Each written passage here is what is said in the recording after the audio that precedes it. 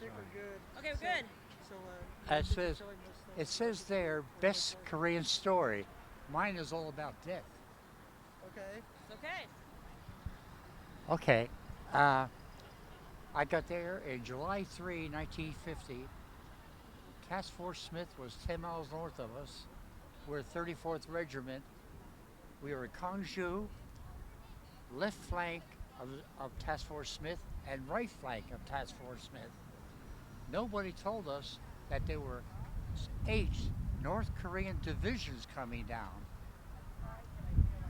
Oh, uh, coming down that pike with 150 tanks. We had no tanks.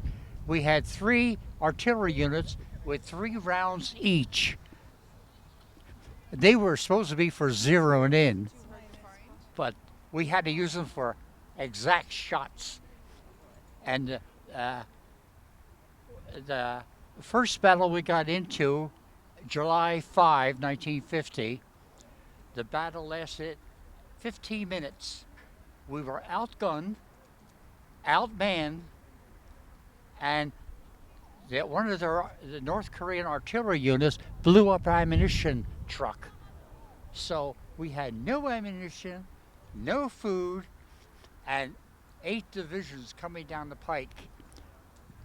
So we had to do one thing, save ourselves. We retreated July and August, 150 miles south.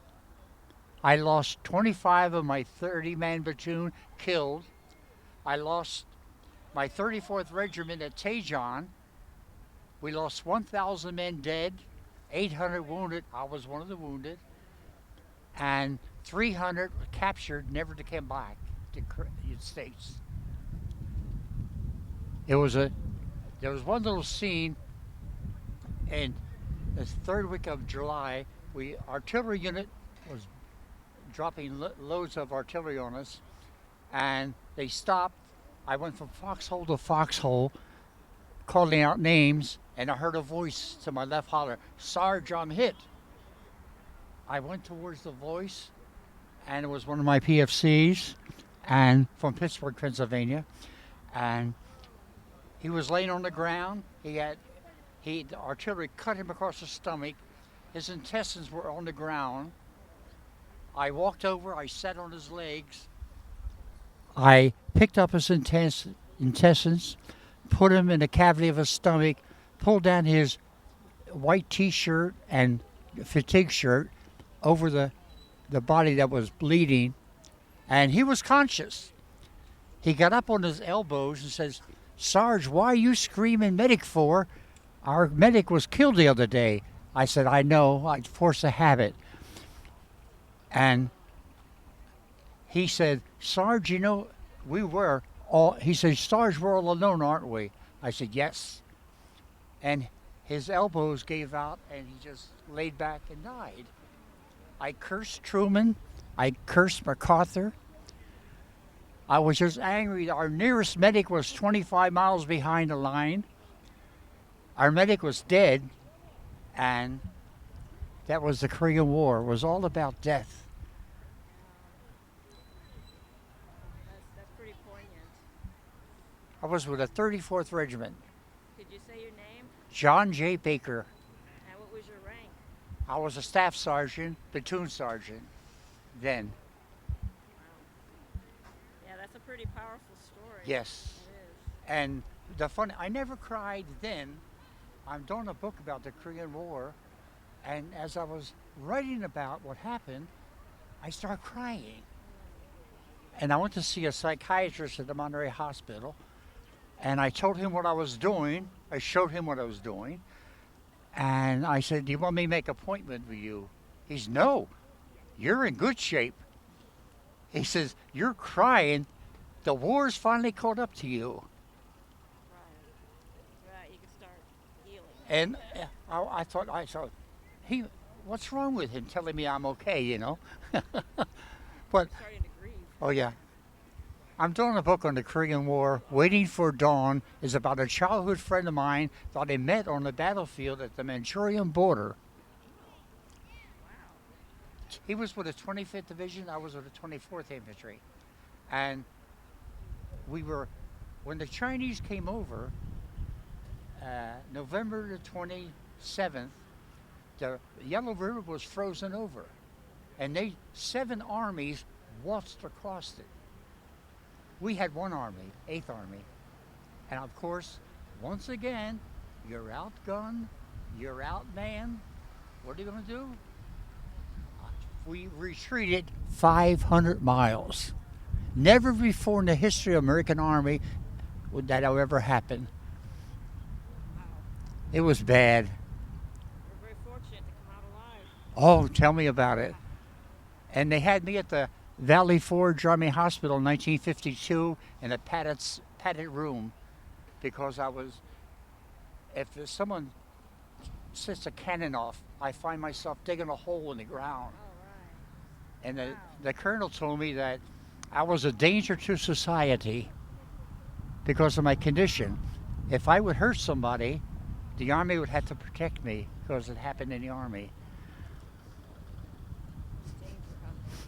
That's you got to read my book. It's coming out Well, when is it coming out? next year. Give us a plug, yeah. Next year. Okay. Wow. We got Waiting for Dawn. There it is. It's 2,000 pages long. I cover every incident that happened from July to July, 1950 to 51. One full year. Yeah. Wow. I was wounded. I have 6 steel pins holding my cheekbones to my skull. Really? Yeah. I got blown out of a foxhole Russian mortar. We wouldn't know that now. I know it. Yeah. Sorry, And I don't see it. I can show you a 9-inch scar here. I believe you. Russian artillery, I have a chunk of steel between my top 2 ribs. I woke up in December in a MASH unit.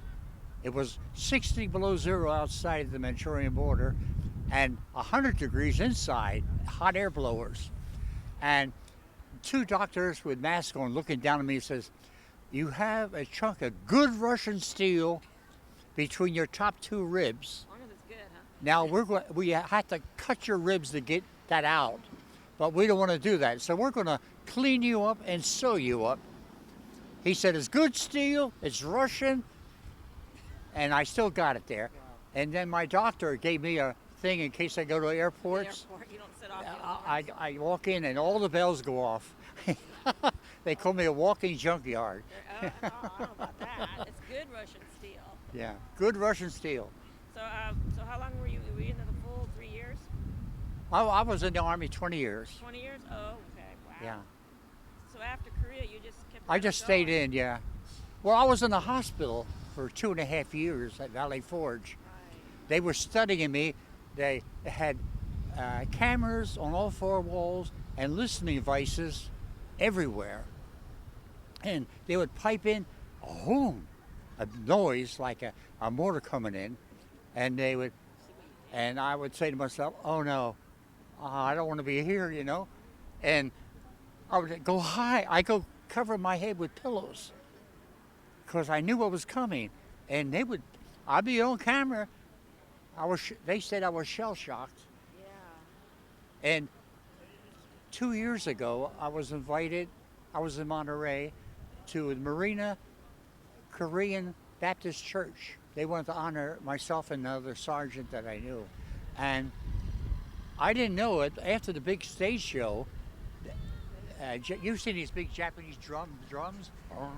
They came down the walkway, and Oh, you heard the drums. and I heard them, and I'm reaching for the floor, and Gil next to me says, "John, what's wrong? You're crying." I said, "I can't take it." And he grabbed my wheelchair and spun it around and got me out. I tried to apologize to the group of churchgoers, but they wouldn't. They said, "No, we're responsible for you. What happened to you?" And I felt real bad because I ruined the whole show. But I didn't do it intentionally. Couldn't help it. But Wow. what they told me in 1952 at Valley Forge, it never leaves you. It stays with you. The nightmares. Really? Used to wake up sweating, screaming. It stays with you. Yeah, it has, huh? But It- what it they're has doing been. today is beautiful. Oh yeah, yeah. How do you like the memorial? Did you get a chance? No, to I look at haven't it? seen it yet. My you? daughter's going to take pictures of it me next to it. Oh, okay. Did you get lunch yet? Oh, yes. Okay. Thank you. Did that first, memorial second. Yeah. Yes. I haven't done either. Okay. But you really like it though. How did you like the ceremony? Always. One of the ambassadors from South Korea gave a speech, and he mentioned my general.